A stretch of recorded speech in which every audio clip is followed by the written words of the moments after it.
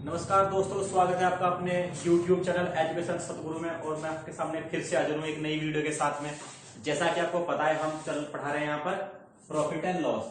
और profit and loss में हमने कुछ पिछले वीडियो में कुछ क्वेश्चन किए थे, आई होप आपको समझ में आए होंगे।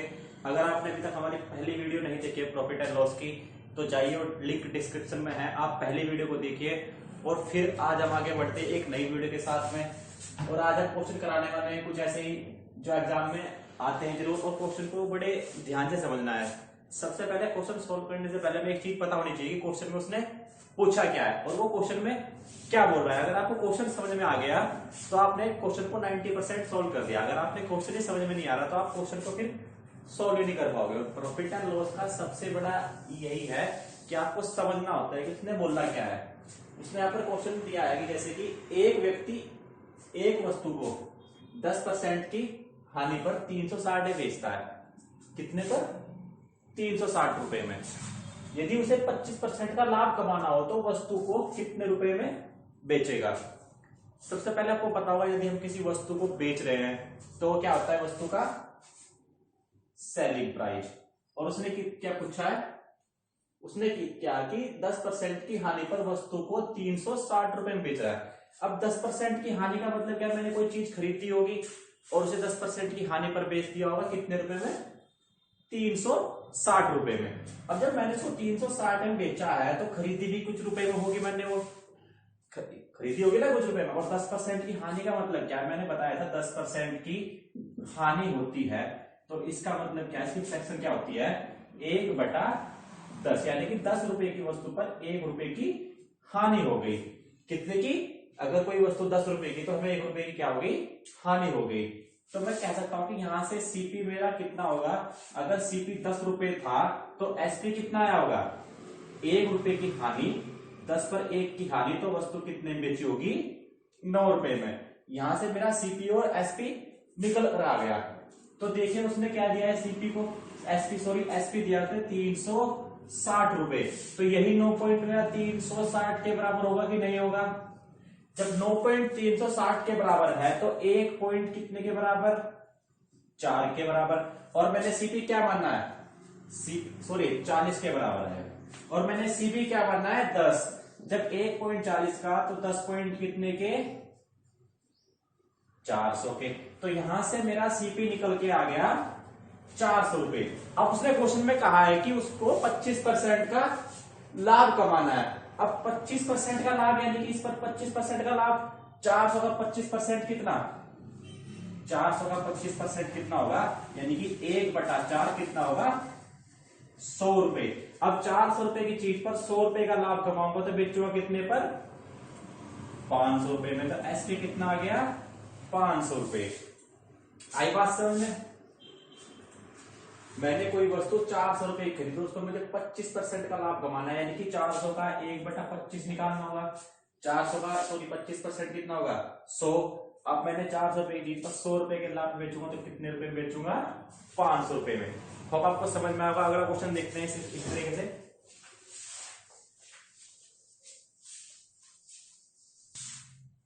तो अगला क्वेश्चन भी उसी तरह से है हमारा। देखो क्वेश्चन ने क्या कहा है कि एक वस्तु 30% की हानि पर, कितने रुपए की हानि पर?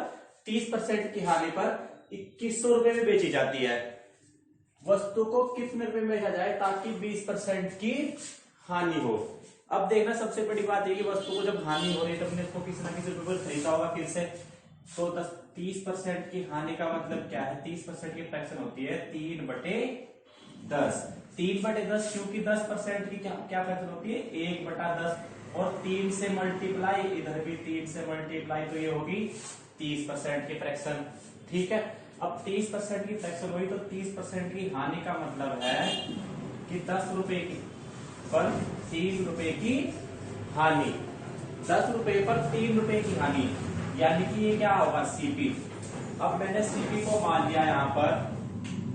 देखिए 10% की हानि हुई तो इसका मतलब 10 रुपए की चीज पर 3 रुपए की हानि। अगर सीपी 10 रुपए रहा होगा और 3 रुपए की इस पर हानि हुई होगी तो मैंने वस्तु को कितने रुपए में बेचा होगा? 7 रुपए में। अब उसने दूसरी बार क्या कहा ताकि उस पर कितने रुपए में बेचा जाए ताकि 20% की हानि हो। अब 20% की फ्रैक्शन क्या होती है, ऐसे ही 20% को लिख सकता हूं 2/10, यानी कि 10 पर 2 रुपए की हानि। अगर दूसरे वाला सीपी निकालना है मुझे, यानी कि उसको वस्तु कितने रुपए में बेचना है, 8 रुपए में। बेची कितने में थी मैंने, 7 में, लेकिन मुझे 20% की हानि के लिए कितने रुपए में बेचना होगा, 8 रुपए में। तो 7 पॉइंट दिया है कितने का, 2100 रुपए के। जब 7 पॉइंट की वैल्यू 2100 है तो यहां पर मैंने लिखा 7 पॉइंट बराबर 2100। तो 1 पॉइंट वैल्यू कितनी आई यहां से, 300। कितनी आई, 300 आ गई। और वस्तु को मैं कितने रुपए में बेचूंगा, 8 पर। तो 8 पॉइंट किसके बराबर होंगे, 2400 के बराबर। तो मैं वस्तु को कितने रुपए में बेचू ताकि मुझे 20% की हानि हो, 2400 रुपए में। आ गया समझ में। देखो ध्यान से देखेंगे बड़ी, अगर नहीं समझ में आया हो तो दोबारा समझ लेंगे, ज्यादा कोई जल्दी वाली बात नहीं है। क्वेश्चन को बड़े ध्यान से समझना है और कुछ नहीं करना है, क्वेश्चन को समझना है कि उसने कहा क्या है। देखो वस्तु को 30% की हानि पर 2100 रुपए में बेचा जाता है। अब जब वस्तु को 30% की हानि पर, मैंने कहा कि 30% की फ्रैक्शन होती है 3/10। 30% की हानि का मतलब क्या है कि 10 रुपए कोई वस्तु रही होगी जिस पर 3 रुपए की हानि हुई होगी। ये जो नीचे होता है ना, ये होता है हमारा एक्चुअल वैल्यू, यानी कि सीपी जो उसने जिस पर हानि हुई है। तो मैं बोलता हूं सीपी कितना आया मेरा, 10 रुपए। मैंने सीपी को 10 मान लिया। अब जब मैं पहली बारी बेचूंगा तो 30% की हानि होगी, यानी कि पहली बारी में 30% की हानि, यानी कि 3 रुपए के लिए। तो SP1 कितना होगा, 7 रुपए। ठीक, वहीं से दूसरी कंडीशन क्या है, कितने रुपए में बेचा जाए ताकि 20% की हानि हो। कितने रुपए में बेचा जाए ताकि 20% की हानि हो। और 10 रुपए पर 20% की हानि का मतलब है 2 की हानि, और 2 की हानि होगी तो कितने रुपए में बेचूंगा, 8 रुपए में। तो ये क्या हो गया, SP2। उसने SP1 दिया है और मुझे दूसरे वाला, पहले वाला विक्रय मूल्य दिया है और दूसरे वाला विक्रय मूल्य मुझे निकालना है। तो पहले वाला विक्रय मूल्य कितना है, 7 पॉइंट, और यही क्वेश्चन ने कितना दिया है, 2100 रुपए। कितना दिया है, 2100। तो 1 पॉइंट कितने के बराबर आ गया, 300 के। और मुझे निकालना क्या है, 8 पॉइंट, यानी कि मेरा जो दूसरे वाला विक्रय मूल्य है वो कितना है, 8। तो ये 8 पॉइंट किसके बराबर होगा, 2400 के बराबर, क्योंकि 1 पॉइंट 300 के, तो 8 पॉइंट 2400 के। होप आपको समझ में आया होगा। बढ़ते हैं अगले क्वेश्चन की तरफ। अगला क्वेश्चन देखते हैं।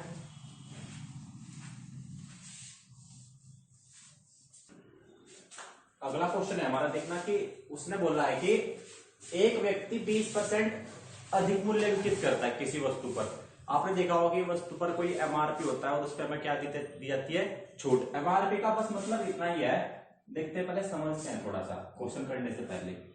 आपने देखा होगा MRP का बस मतलब इतना ही है कि इस पर क्या दी जाती है, छूट दी जाती है। जो हमें छूट मिलती है वो किस पर कैलकुलेट करते हैं हम, MRP पर। ठीक है, अब जब MRP पर कोई छूट दी गई और छूट देने के बाद कोई वस्तु बेच दी गई तो उसको क्या बोलते हैं, CP। और हमने कोई वस्तु खरीदी उसको क्या बोलते हैं, SP। हमने कोई वस्तु खरीदी उस पर कोई अंकित मूल्य, यानी कि हमने कोई MRP प्रिंट करा दिया, और छूट देने के बाद हम वस्तु को जिस पर बेचते हैं उसको क्या कहते हैं, CP।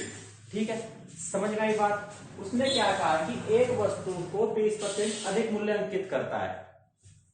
ठीक, अधिक मूल्य अंकित करता है, इसका मतलब क्या, उसने कोई वस्तु खरीदी, सॉरी मैंने कुछ गलत उल्टा बोल दिया।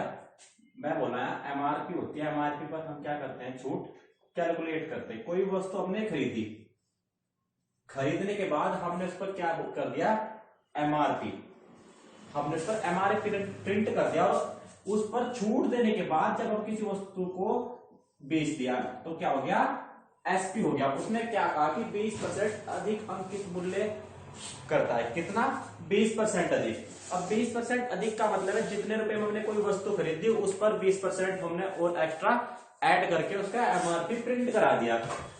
ठीक है, तो वस्तु कितने रुपए में खरीदी होगी, 20% का मतलब है, देखो 20% का मतलब क्या है हमारा, 1/5। ठीक, 1/5 होता है। या फिर आप ऐसा ना करके हम सीपी को क्या मान लेते हैं, डायरेक्ट ही 100 मान लेते हैं, क्योंकि 20% फ्रैक्शन है, आसानी से हम कैलकुलेट कर सकते हैं। मैंने सीपी को क्या मान लिया, 100 मान लिया। यानी कि मैं कह सकता हूं मैंने कोई वस्तु 100 रुपए में खरीद दी और अब उस पर क्या करना है, 20% अधिक मूल्य प्रिंट करना है। अब इसका 20% कितना होगा, 20, तो 20% का 100 का 20% 20 अधिक करूंगा अंकित, यानी कि कितना कर दूंगा मैं, 120 रुपए। यहां तक बात क्लियर है। जब मैंने उसका एमआरपी 120 रुपए क्लियर कर वो प्रिंट कर दिया, अब मुझे क्या करना है, छूट दे दी कितने की, 33.1/3% की। और हमें पता है कि 33.1/3 का मतलब है 33, या तो मैं किसी वस्तु का 33.1/3% निकाल लू, या उसी को मैं 1/3 से मल्टीप्लाई कर दूं, दोनों बात इक्वल है, क्योंकि 33.1/3 की फ्रैक्शन ही 1/3 होती है। अब मैं इस पर 33.1/3% की छूट दूंगा, यानी कि इसका 1/3 कितना होगा, 120 का 1/3 कितना होगा, 40। अब 40 की छूट के बाद 120 रुपए की वस्तु कितने रुपए में बेच दूंगा, 80 रुपए में। कितने में बेच दूंगा, 80 में। और क्वेश्चन कितना कह रहा है कि वो 800 रुपए में बेचता है, और हमारे हिसाब से हम कितने बेच रहे हैं, 80 में। तो यहां से यही 80 पॉइंट किसके बराबर होंगे, 800 के बराबर होंगे कि नहीं होंगे। अब एक पॉइंट के लिए कितनी आएगी, यहां से 10। अब चाहे तो हमें एमआरपी निकालने के लिए बोलते हैं, और चाहे कॉस्ट प्राइस यानी कि सीपी निकालने के लिए बोलते हैं। हम दोनों चीज निकाल सकते हैं, क्योंकि हमारे पास एक पॉइंट के लिए 10 आ गई। तो उसने क्या पूछा है, क्रय मूल्य ज्ञात की, यानी कि कॉस्ट प्राइस ज्ञात करना। और कॉस्ट प्राइस कितना है हमारा, 100 पॉइंट। 100 पॉइंट किसके बराबर होंगे, 10 गुने 100। जब 1 पॉइंट 10 का, तो 100 कितने के, 1000 रुपए के बराबर। तो मैं कह सकता हूं कि यहां से सीपी निकल के आ गया 1000 रुपए। आई बात समझ में। ध्यान देना है हमेशा, जो हमारा छूट होती है उसको हम किस पर कैलकुलेट करते हैं, एमआरपी पर। एमआरपी का बस काम इतना है कि वो छूट देने के लिए कैलकुलेट किया जाता है, बाकी और उसका कोई यूज नहीं है। ठीक है, अगला क्वेश्चन देखते हैं।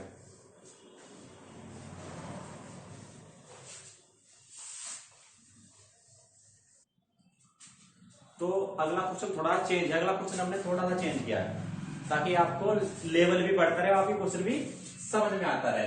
क्वेश्चन में क्या कहा है कि उसने एक व्यक्ति एक वस्तु को 900 रुपए में खरीदता है, ठीक है, 900 रुपए खरीदता है तथा इस प्रकार से मूल्यांकित करता है कि 10% की छूट देने के बाद भी 10% का लाभ कमाता है। तो वस्तु का विक्रय मूल्य ज्ञात कीजिए। क्या ज्ञात करना, विक्रय मूल्य। अब आप एक बात ध्यान दीजिए, वह तो 10% की छूट भी दे रहा है और 10% का लाभ भी कमा रहा है। तो आपको पता होगा, जाहिर सी बात, उसने एमआरपी क्या किया होगा, ज्यादा प्रिंट कर दिया होगा। यही तो आप है, यही क्वेश्चन कह रहा है कि 10% का लाभ कमाता है जब 10% की छूट देता है। अब मैंने कहा था कि छूट किस पर दी जाती है, हमेशा किस पर कैलकुलेट करते हैं, एमआरपी पर। छूट हमेशा एमआरपी पर दी जाएगी, ठीक है। अब कितने रुपए की छूट दी जाएगी, 10% की छूट। 10% की छूट देने के बाद भी जब 10% का लाभ हो रहा है, तो मैं कह सकता हूं कि जो सीपी का 90 एमआरपी का जो 90% है, छूट देने के बाद में जो इसका ये 10% की छूट दी, कोई चीज 100 रुपए थी, तो ये 90% रहेगी होगी। भाई एमआरपी पर मैंने छूट दी 10% की, तो ये 90% रहेगी होगी। और वहीं दूसरी तरफ कह रहा है कि सीपी पर कितने का प्रॉफिट हुआ, प्रॉफिट कितने का हुआ, 10% का। जब 10% का प्रॉफिट हुआ तो 110% होगा कि नहीं होगा, बिल्कुल। यानी कि मैं कह सकता हूं कि जो एमआरपी का 90% है वही सीपी का 110% के बराबर है। भाई ये भी मेरा क्या हो गया, एसपी, और ये भी एसपी हो गया। आई बात समझ में। देखो, उसने कहा है कि एमआरपी पर 10% की छूट दी, कितने की, अगर एमआरपी अपने आप में 100% था, 10% की छूट देने के बाद तो कितने रुपए में बेच दूंगा उसको मैं, 90 में, ठीक है। यानी कि एमआरपी का 90%, ये क्या आया मेरा, एसपी आ गया। वहीं दूसरी तरफ अगर मुझे 10% का लाभ हो रहा है, अगर 10% का लाभ हो रहा है, तो मैं क्या करूंगा, कोई वस्तु खरीदोगी मैंने सीपी पर 10% का लाभ का मतलब है कोई अगर 100 रुपए में खरीदी होगी तो कितने रुपए में बेच दी होगी 110 में। तो ये भी क्या हो गया एसपी हो गया। भाई एक वस्तु के दो सेलिंग प्राइस तो हो नहीं सकते, दोनों एक ही होंगे। तो मैं कह सकता हूँ जो एमआरपी का 110% है वही एसपी के सीपी के 110, जो एमआरपी का 90% है वही सीपी के 110% के बराबर होगा। तो क्वेश्चन क्या है हमारी इक्वेशन क्या बनी यहां से, एमआरपी का 90% बराबर किसके होगा सीपी के 110% के। ठीक है बेटा, यहां तक बात क्लियर है। अगर वो बोल देता है कि 20% की छूट देने के बाद 25% का लाभ कमाता है, तब मैं क्या करता है एमआरपी का 80% किसके बराबर होता है सीपी के 125% के। तो यहां से मैं एमआरपी और सीपी का रेशो निकाल सकता हूं। एमआरपी पूर्ण सीपी क्या आ जाएगा हमारा 1060 कैलकुलेट आ जाएगा हमारा 11/9। एमआरपी और सीपी का रेशो कितना आ गया 11/9। अगर ये 9 पॉइंट किसके बराबर है, उसने दिया क्या है 900 रुपए, यानी कि वस्तु को 900 रुपए में खरीदता है और हमारे हिसाब से सीपी क्या है 9, तो यही 9.900 के बराबर होंगे कि नहीं होंगे। जब 9.900 के बराबर तो 1 पॉइंट किसके बराबर आ गया 100 के, और एमआरपी कितना है 11, तो 11 पॉइंट किसके बराबर होंगे 1100 के। ठीक है, समझ में यहां तक बात। बड़े ध्यान से क्वेश्चन को समझना है क्योंकि इस प्रकार के क्वेश्चन में बहुत ज्यादा डाउट होते हैं। आपको ये समझ नहीं आ रहा होगा कि ये सर ने कहां से लिख दिया 110% एमआरपी सीपी का 110% एमआरपी के 90% के बराबर कैसे हो गया। वो ऐसे हो गया जब हमें किसी वस्तु को 10% छूट देने के बाद भी 10% का लाभ हो रहा है, तो एमआरपी का जो 90% होगा वही सीपी का 110% के बराबर होगा कि नहीं होगा। मैंने दोनों को बराबर रख दिया और एमआरपी और सीपी का रेशो निकाला तो कितना आया 11/9। अब यही 9 पॉइंट किसके बराबर है 900 के। जब 9.900 के बराबर है तो 11.1100 के बराबर होंगे कि नहीं होंगे। क्वेश्चन समझ में आया। अगला क्वेश्चन देखते हैं।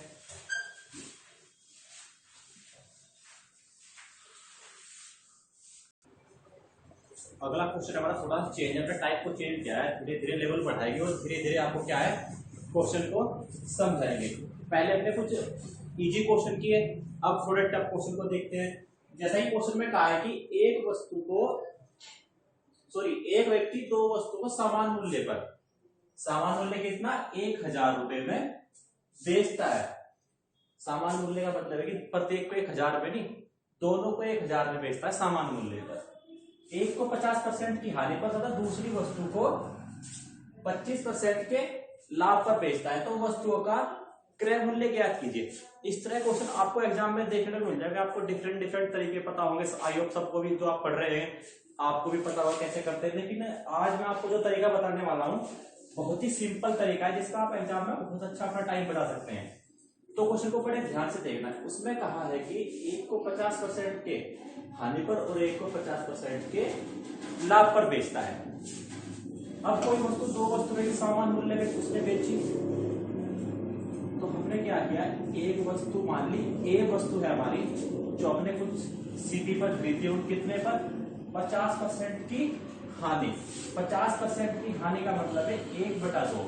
अब वस्तु 2 रुपए खरीद कर हमने 1 रुपए की हानि पर बेच दी, तो मैंने क्या किया यहाँ पर 2 की वस्तु खरीदी 1 की हानि पर, तो एसपी कितना आ गया वस्तु का, ए वस्तु का एसपी आ गया 1। वही दूसरी वस्तु की अगर मैं बात करूं तो 25% के लाभ पर 50% की क्या हानि और ये 25% के लाभ पर। अब 25% का लाभ का मतलब क्या है, बी वस्तु 25% की फ्रैक्शन क्या होती है 1/4। अब लाभ हुआ तो 4 की वस्तु पर 1 रुपए का लाभ, तो सीपी का कितना होगा 4 और 1 रुपए के लाभ यानी 5 रुपए में हमने क्या कर दी होगी बेच दी होगी। अब उसने बड़े ध्यान से समझना है कहा क्या है क्वेश्चन में। उसने कहा है कि दोनों वस्तु को समान मूल्य पर, सामान मूल्य क्या आपको यहाँ पर सामान इनका एस पी सामान दिखाई दे रहा है, यानी कि बराबर दिखाई दे रहा है? नहीं, यहाँ तो एस पी 1 है और यहाँ 5 है, तो क्यों ना मैं इन दोनों को बराबर कर लूं। इसमें भी 5 से मल्टीप्लाई और इसमें 1 से मल्टीप्लाई रहेगा, तो ये तो हमारा और कैंसिल। तो नई इक्वेशन क्या आई हमारी, वस्तु ए का सीपी कितना 5 से मल्टीप्लाई होगी, तो ये क्या हो जाएगा 10 और 5 की मल्टीप्लाई 5 पर, तो एसपी आ जाएगा 5। अगर मैं वस्तु बी की बात करूं तो इसमें कोई मल्टीप्लाई नहीं, तो ये 10 रुपए तो 4 रुपए की वस्तु 5 रुपए में। अब जब दोनों को समान मूल्य पर बेचा है, 1000 रुपए में बेचा है, जब दो वस्तु को समान मूल्य में 1000 में बेचता हूं तो दोनों को 500 में बेचा होगा कि नहीं बेचा होगा। एक वस्तु जब दो वस्तु 1000 रुपए की और दोनों को समान मूल्य पर बेचा है, तो एक को 500 में बेचा होगा। और मैं यहाँ अपने यहाँ क्वेश्चन क्या कितने बेच रहा हूँ, एक को 5 पॉइंट के, कितने की 5 पॉइंट की, तो यही 5 पॉइंट 500 के बराबर होंगे कि नहीं होंगे।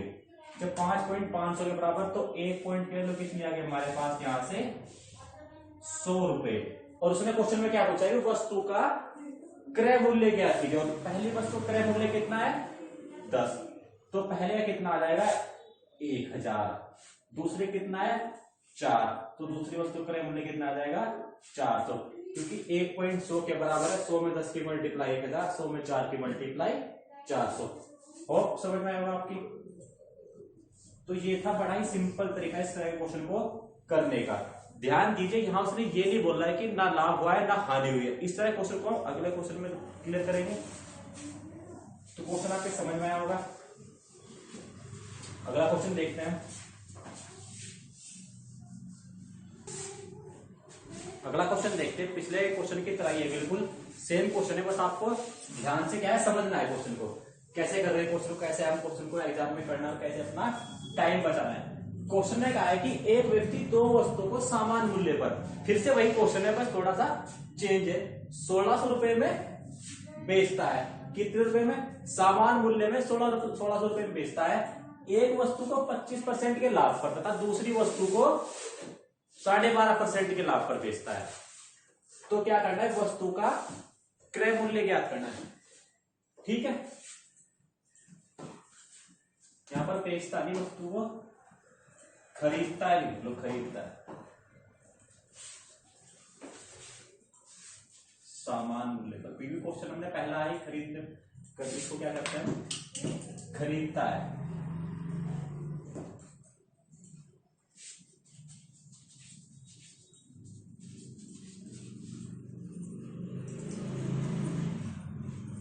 तो इस बार क्या जब खरीदा तो क्या पूछेगा वो, विक्रय मूल्य। क्या ज्ञात करना है हमें, विक्रय मूल्य। क्वेश्चन है देखो, एक व्यक्ति दो वस्तुओं को समान मूल्य पर, दो वस्तुओं को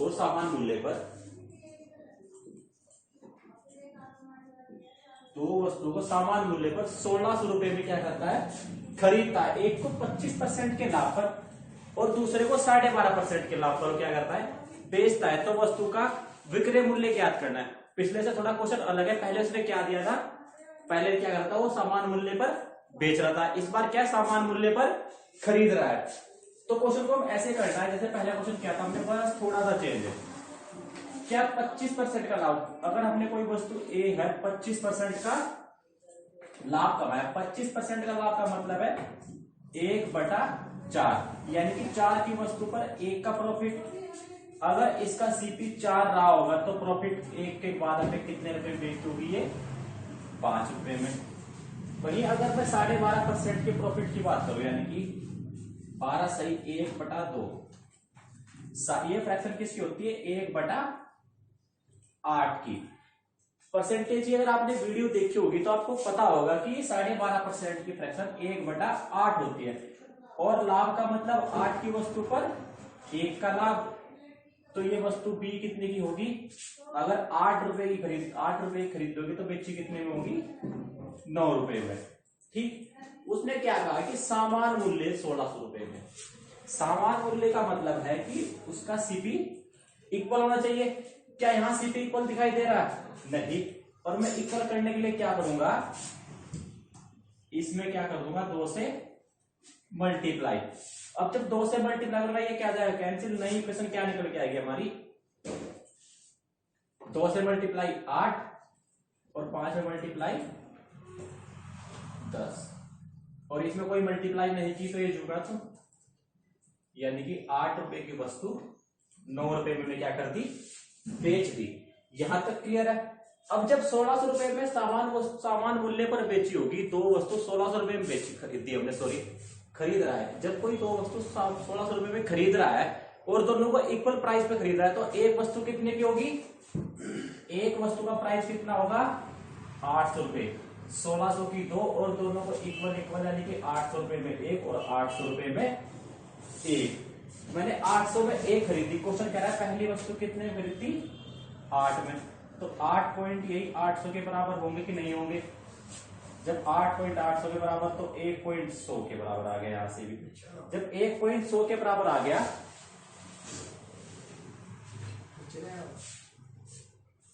नीचे वाला नहीं आ रहा,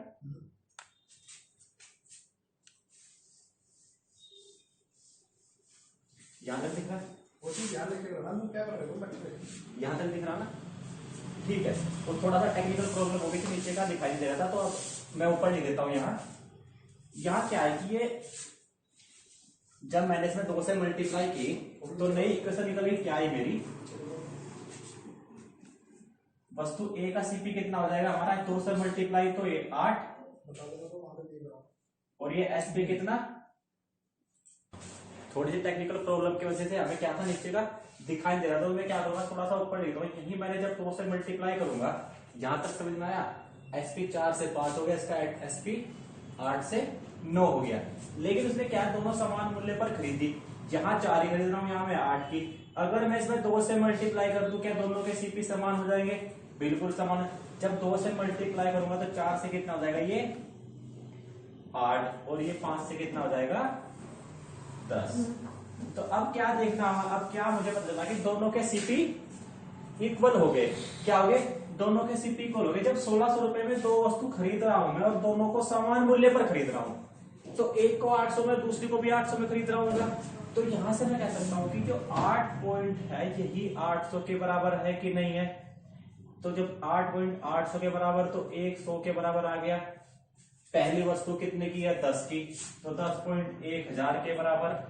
दूसरी कितने की है 9 की, तो 9.900 के बराबर।